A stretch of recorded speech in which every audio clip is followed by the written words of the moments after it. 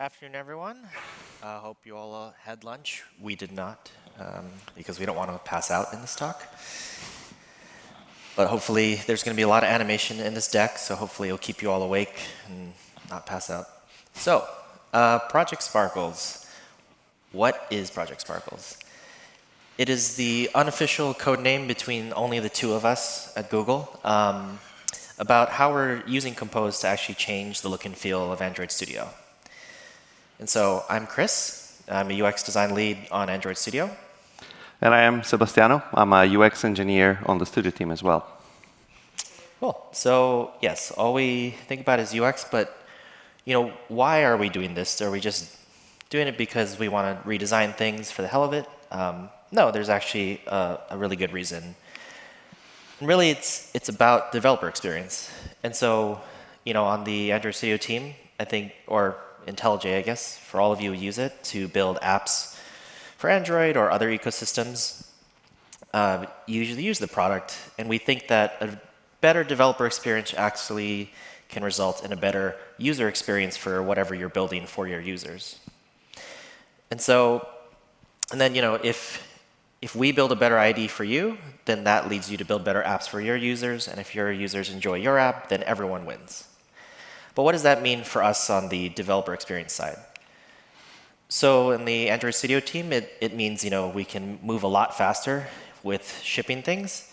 We don't have to necessarily settle for the minimal solution or a basic solution. We can try things, we can break things, we can get feedback a lot faster with using Compose. And we think, if with that velocity and that ability, that can actually, in theory, lead to a better IDE that is more usable. It meets your needs better. It's also more crafted, so we can do things that are more polished. And like I said, we don't have to just settle for the easiest solution or implementation. And with all that being said, the goal would be to spark joy for all of you as developers. And so, if you feel empowered and inspired by the IDE that you're using, hopefully that translates into the apps or services or websites that you're building. But why now in 2025 that we've decided to do this, and why not years ago? And Seb will talk more about that. Well, I think first of all, it's fair to say we haven't started now. We actually started a couple of years back, but the reason why it's taken us that long to get to that point is, well, there have been some, let's call them technical difficulties. As you might be aware, Java is today 30 years old. The IntelliJ platform is going for 25, I think, at this point. And the IntelliJ platform has historically been based on the Swing UI framework. Now, if some of you have used Swing, you know that Swing is opinionated in certain ways that are not very jiving with how we normally do things in 2025. And so we didn't really have an alternative until now, I think is the answer here. About a year and a half ago at DroidCon London 2023, Chris and I went on stage and presented Joule. Joule is a Compose for Desktop UI theme and set of components that is built to match and mimic the Swing implementation of the IntUI design system that IntelliJ-based products use.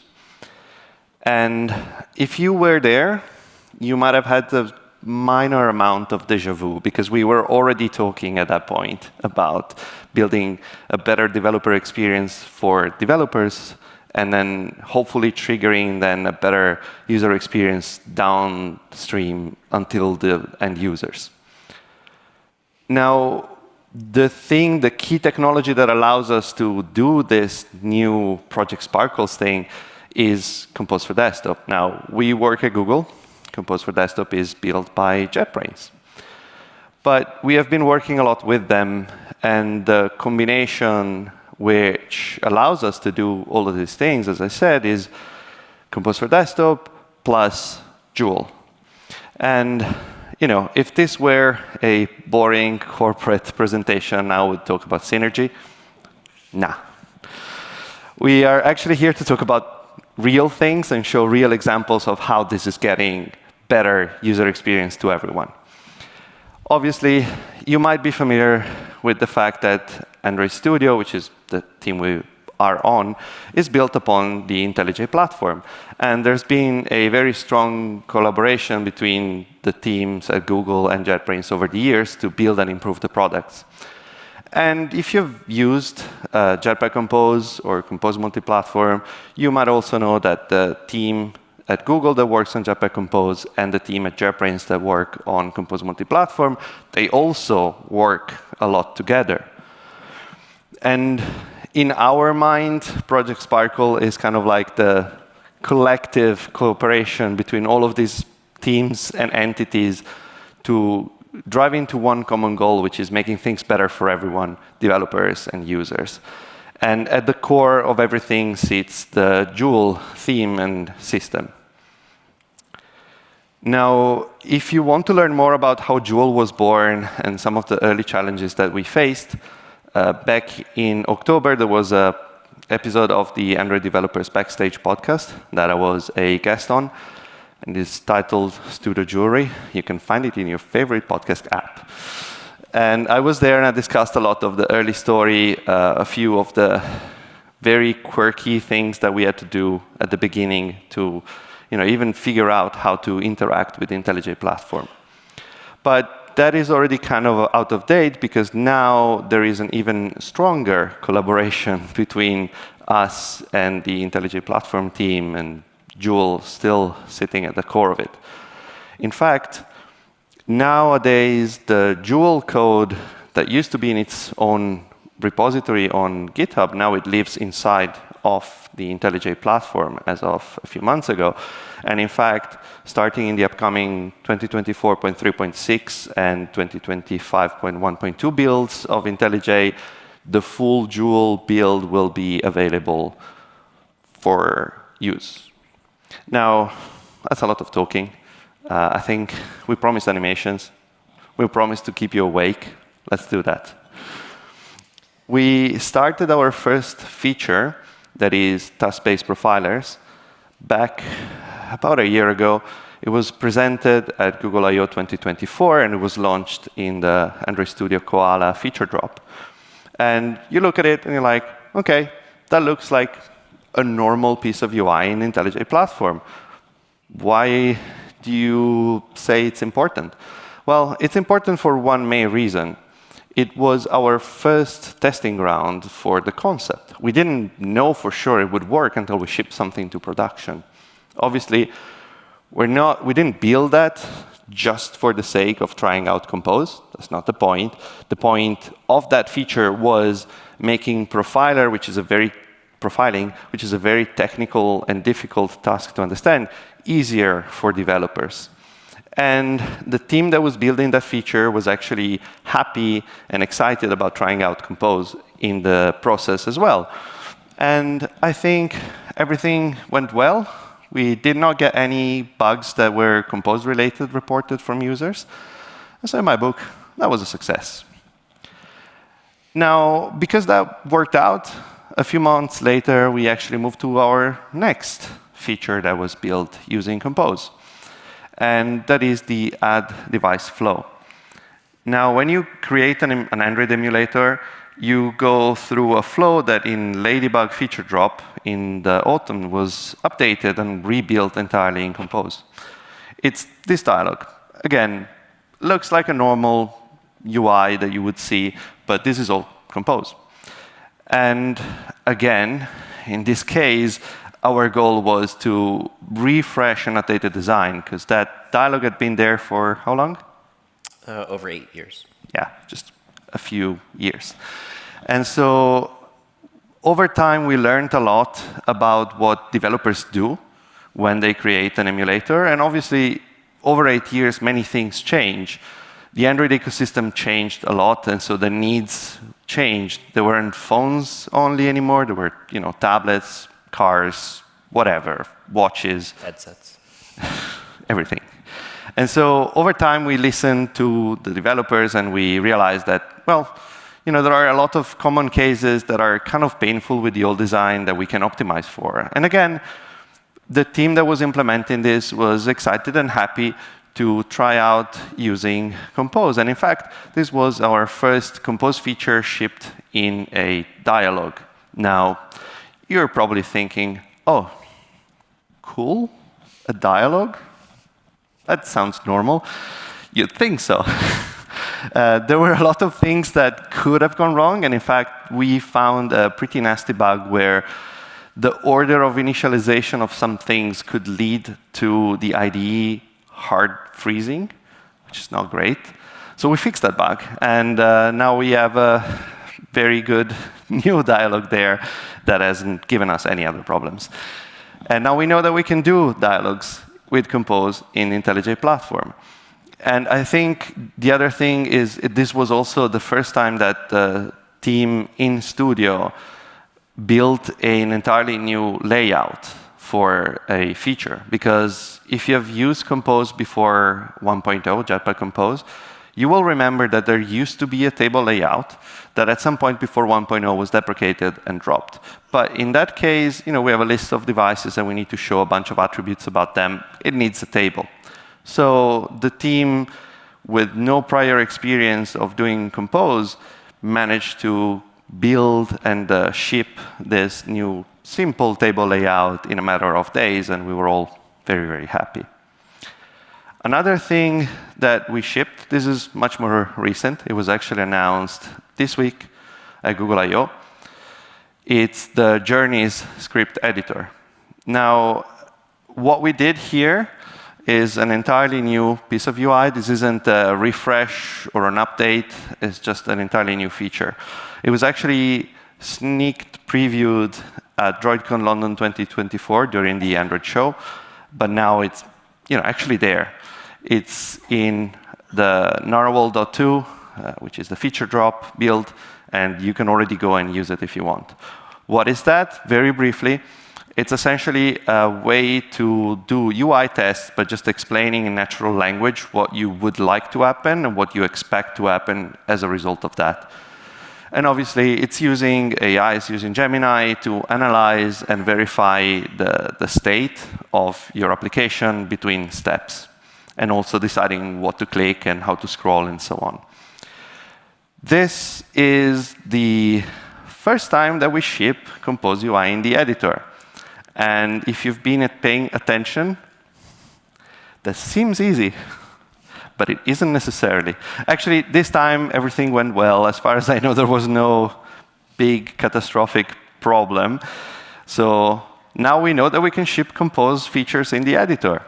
And as part of that, we also implemented a modern pager component, because in the screenshot test, during the test, it will actually take screenshots, and you can see what was happening during the test, what the model was interacting with. So if something doesn't work the way you expect it to, you can actually go back through the screenshots and see what was happening.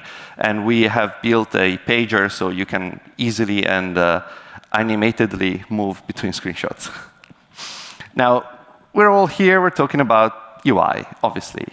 But also, Googler, AI. No, I'm joking. I promise, I'm joking. I'm only going to be talking about UI for AI. So we are going to be talking about Gemini. Gemini and Android Studio, not marketing pitch, don't run away. We're talking about that because it's relevant to what we're talking about here. In the past year or so, we have been very busy rewriting the entirety of the chat UI of Gemini and Android Studio using Compose. The original version that we shipped a couple of years back was built in Swing, the old existing UI framework. But starting in Android Studio Meerkat, we have enabled for everyone the new Compose-based UI. Now, obviously, you've seen we've taken a cautious approach to this transition so far. And so we have mostly focused on the feature parity with Swing. No, I'm kidding. That's boring. Let's do something more interesting. Let's take full advantage of Compose.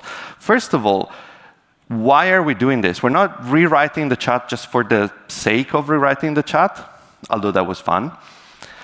there is a lot of complexity in a AI-based chat feature because there is data coming from the local IDE, from the file system, from Gradle, from the backend, and then you have to coordinate all of them together and keep the state consistent and update the UI responsively based on, even what account is signed in, what features are enabled, and so on.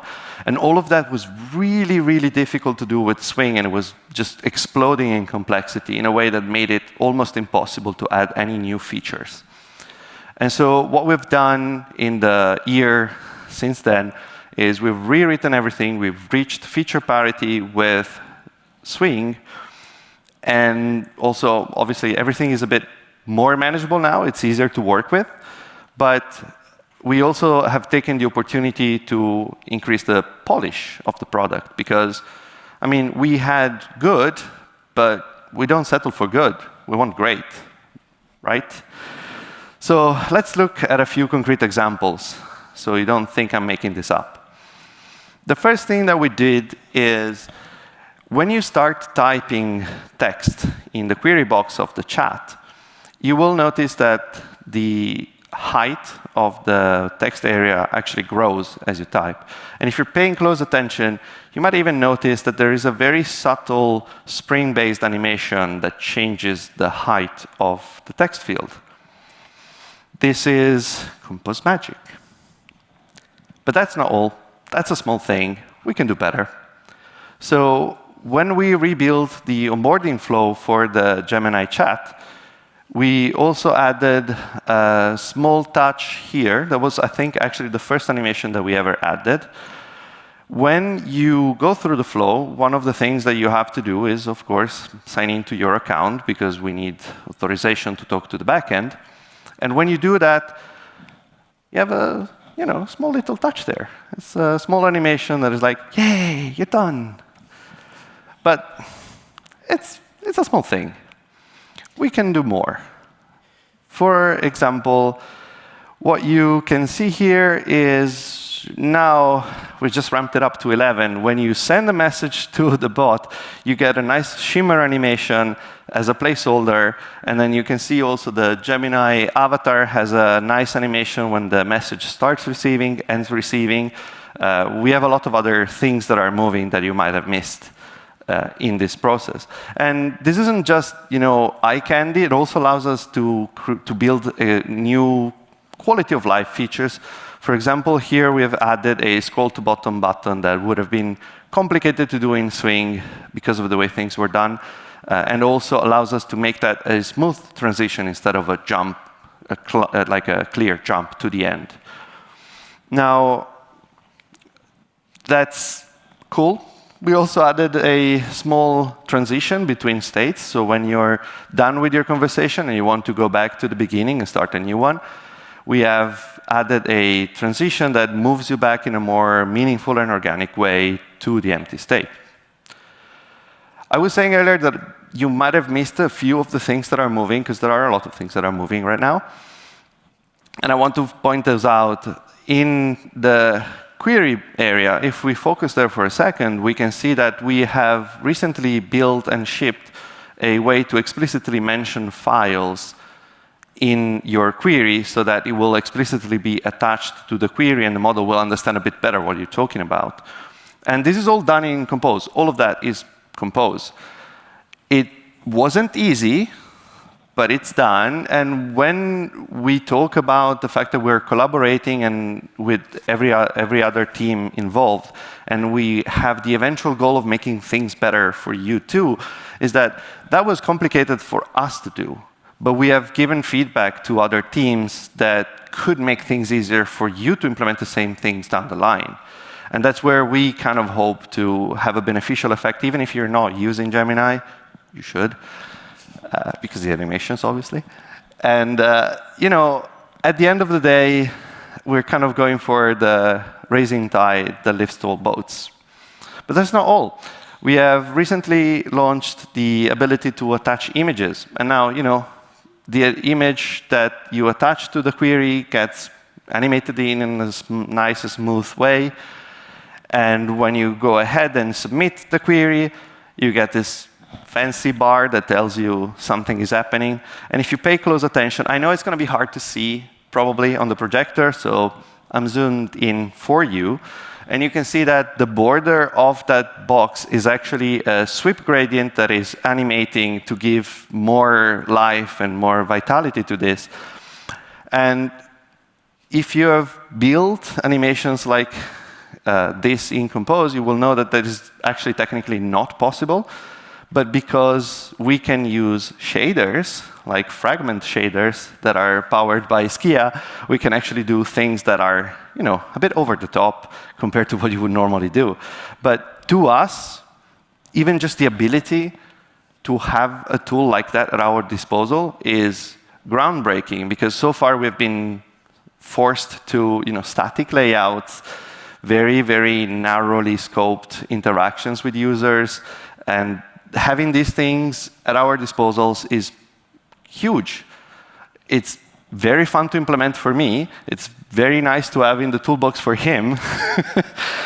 And this is like the kind of thing that we can do. For example, here we have also added the model name, and when you send the query, there is a subtle animation that highlights that it's, in this case, Gemini 2.5 Pro is responding to your query and giving more emphasis to the fact that something is happening and maybe distract you from the initial latency of the model.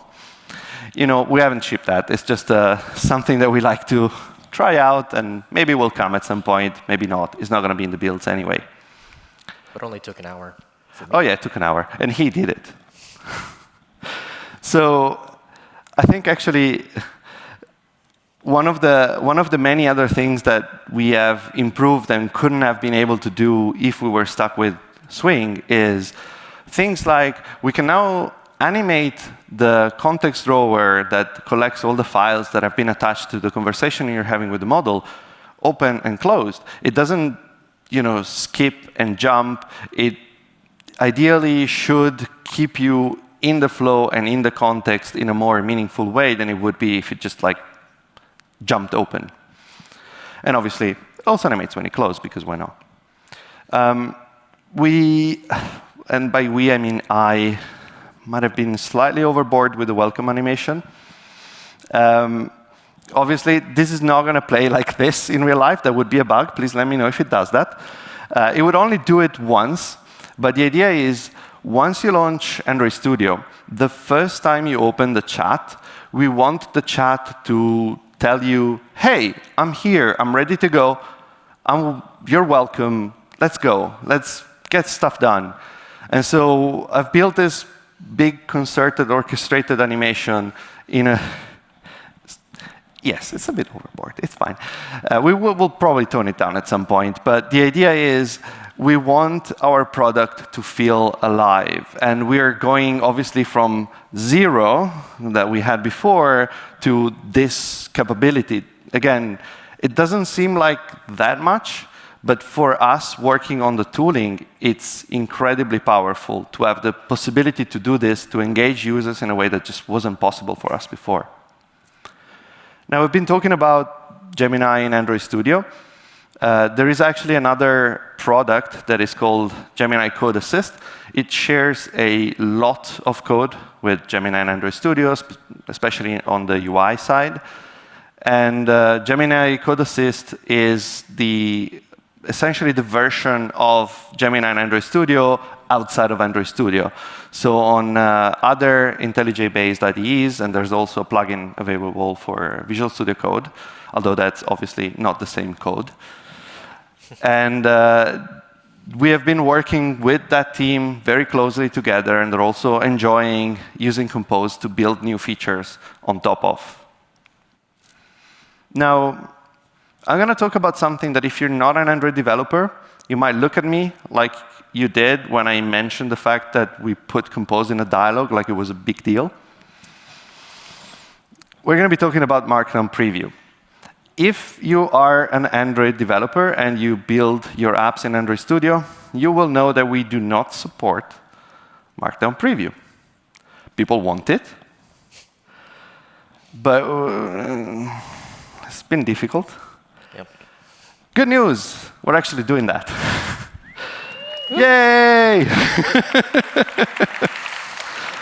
Yeah, you know, half of the audience now is like, So okay. But yeah, we're working on this with fine folks at JetBrains in the IntelliJ Platform team. It's a work in progress. We don't really have an ETA for it yet, but work is ongoing. And as soon as it's ready, you will get it. But we're very, very excited because it means that we can, you know, fix a very long-standing missing feature in Android Studio in a way that is, you know, very googly.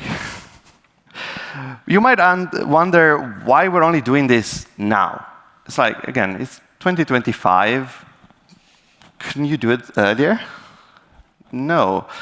Because the way the Markdown preview works in the IntelliJ platform right now is it uses JSEF.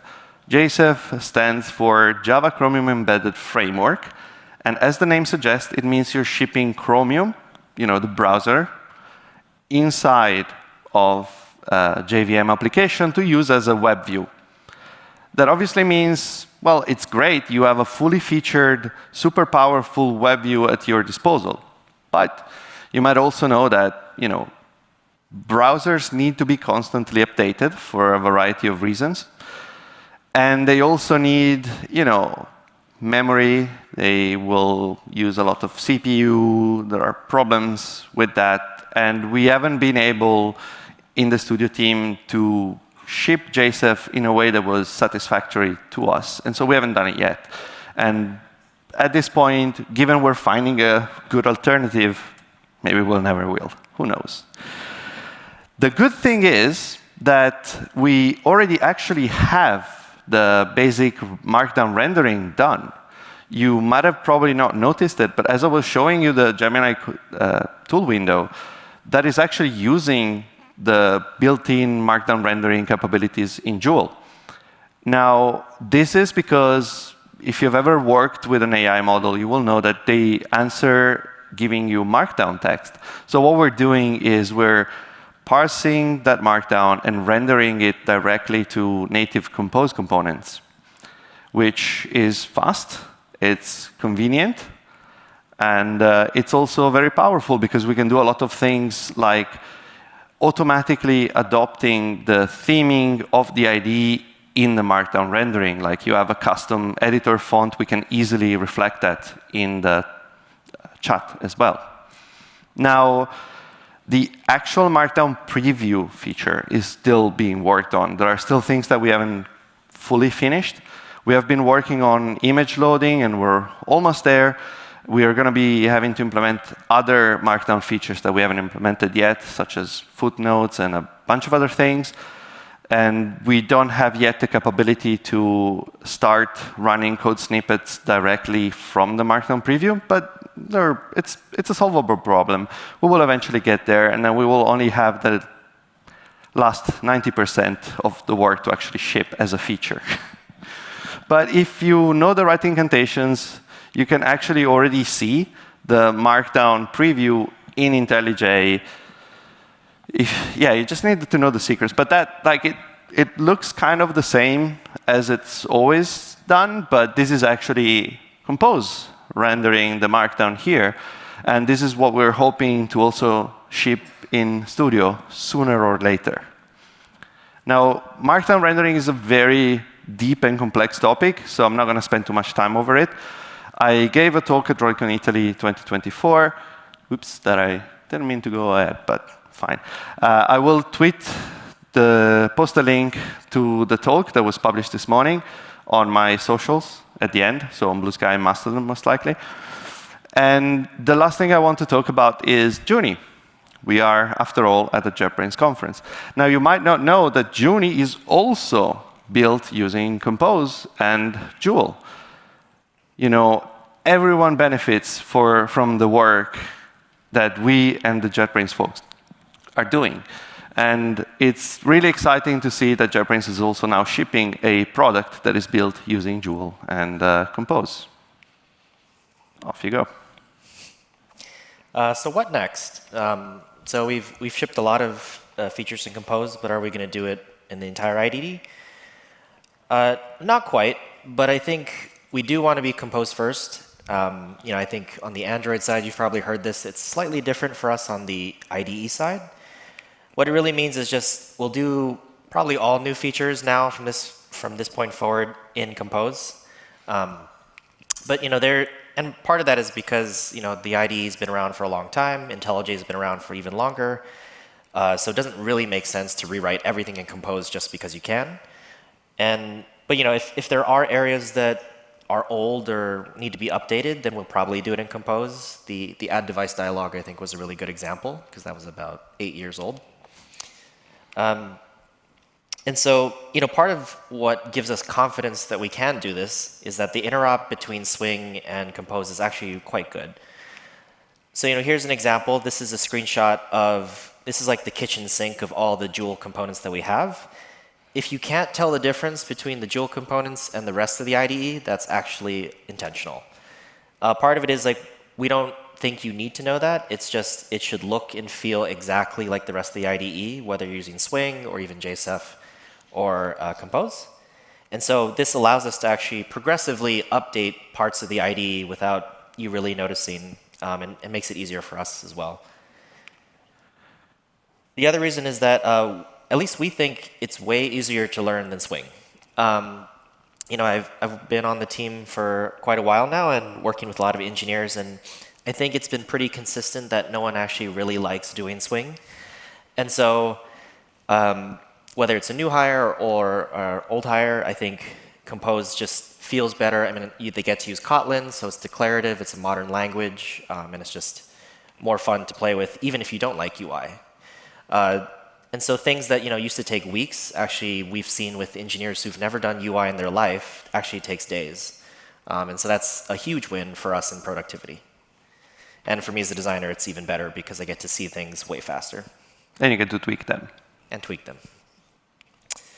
And so from the UX point of view, what is our approach? Are we just going to add animations everywhere just because we can, or rewrite things, or pretty them up?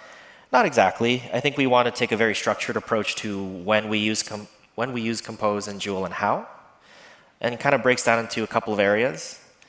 The first area is really on the interaction side, or on the design side, we like to call it micro-interactions. You've seen a lot of these throughout the presentation, so I won't go in too much detail. But it's the small things. It's if you can expand and collapse areas like this, maybe there's this bounce, or if you're sending a prompt, we can go overboard and we can make things shimmer or animate things in and out. Previously, we couldn't do that, and I think animations help a lot with guiding the user to what they're going to do next. We also, I think, want to revisit layout. So the IDE, there's a lot of features in the IDE, and depending on what environment you're in, some people like to work on a laptop, desktop, multiple monitors. Sometimes you're on even one machine and you resize the IDE all the time. And so, can we actually be more adaptive with the layout with all of our features? And so, an example is in a dialogue. Maybe a small thing is if you resize the dialogue, can we just be smart and reflow the dialogue? In Swing, this isn't quite easy, but I probably built this in maybe a couple hours, and it's super simple. But could we go even further? And so a lot of tool windows in the IDE can have sub-panels in them. And oftentimes when you resize those panels, the UI doesn't actually change. It just kind of stretches. And so could we do something more intelligent? Could we actually reflow it so that panels actually move for you, and so you don't have to spend as much time reorganizing things, and it just meets your needs this way? And a really good example recently is this is Juni. The Juni team has done this, and so as you resize the tool window, the chat, and there's kind of a plan at the top. The chat and the plan kind of split out in this two-panel layout. And so I think this is just kind of the start of what we could be doing more with Compose. And then motion, this one's super obvious at this point, but we're going to add motion everywhere. But there is a system to it. It's not just completely random. So we're taking a bit of inspiration from another team at Google, the material design team. So these are some material expressive components that I think actually were released last week or this week. We're not going to use these components in the IDE because it doesn't make any sense. This is more for mobile. But can we kind of take the system that is behind this? And there is a system. It is called Material Expressive Motion. It kind of just breaks down, it's a spring-based physics animation system. And there's kind of two buckets. You can either have kind of standard motion or expressive motion. Standard, I think, is, I would say it's, it works, it's fast, but it's not as playful or bouncy. Expressive is kind of the opposite. It's very playful, it's very expressive. I think Google, at least Google Apps, have leaned really hard into this. We kind of lean into it, but not too much, because I think it's an IDE, so we don't want to go too crazy. And so I think we're going to probably trend more towards the standard. But the idea is that, when you pick that kind of style, then really it's about, are you doing a spatial animation or an effects animation? Spatial, I think, is a little more self-explanatory. So if you're doing like layouts or resizing of containers, you'll probably want to use spatial. And for effects, this is more the smaller things. So if you're doing like a fade animation or opacity or transparency or like color, then effects, I think, are more appropriate. And these are actually, if you want to see the code, this is actually all in the Android open source project. These are just Spring tokens with damping and stiffness. And then the last thing is cohesion. And so a good example is for those who are Android developers, this is the Android standalone emulator, or at least this is what it was when it first got launched. It worked, and this is actually kind of in the Material 1 days, and back then that was the style and it looked appropriate. But I think time has changed, and now the IDE looks a little different. And so with the new UI in both IntelliJ and Android Studio, it's a very different style. It's not quite material. And so putting them all side by side, it starts to look out of place. And so it's gotten even worse over the years because now we actually put the emulator in Android Studio. And so what we're trying to do is actually use Joule and Compose to actually make things more cohesive. And so here now that the emulator is in Android Studio, that vertical toolbar is now a horizontal toolbar. And so that's one step towards it. But if you open the extended controls panel, you kind of see this Frankenstein. And so for those who don't know, the standalone emulator in Android Studio is actually written in Qt. And that's an entirely different language and stack and framework. And so it's been incredibly hard to actually get IntelliJ and Swing and Java and Kotlin interoperating really well with Qt and C++. And so, at least with the light and dark themes, we can kind of hack our way through it. And so here, we've tried to make the Qt UI look like the light theme. But if you change to any custom theme, then you can forget any theming. And so one thing we're considering, which we haven't done it yet, but I think it's one of the benefits that we can have with Joule and Compose for Desktop, is if we redid the extended controls with that, it could actually skin and theme directly to what the IDE is using, whether it's custom or the bundled themes. And actually, because the emulator is standalone, it has to run on Mac OS, Windows, and Linux. And so with that, we can actually still have tools outside of Android Studio that are still cohesive with all the Android developer tools. And so that's another huge benefit of us moving to Joule and Compose for Desktop. And with that, Seb will close. OK, I promise we're almost done. You can go get coffee soon, and we can have lunch soon. I want to state one more time that what Chris was showing is an idea. We're making no promises about that. We're thinking about it. There are, as a result, no ETAs, even for the Markdown preview. We can't promise anything. But it's also important to know that if those things ship, they might actually change how they look. So take all of this as more of what we are thinking about. We're thinking out loud and sharing very early ideas in some areas that we have. we are all collectively on a journey because, again, circling back to the original statement that we want to build a better development UX so that you folks can build better products with it.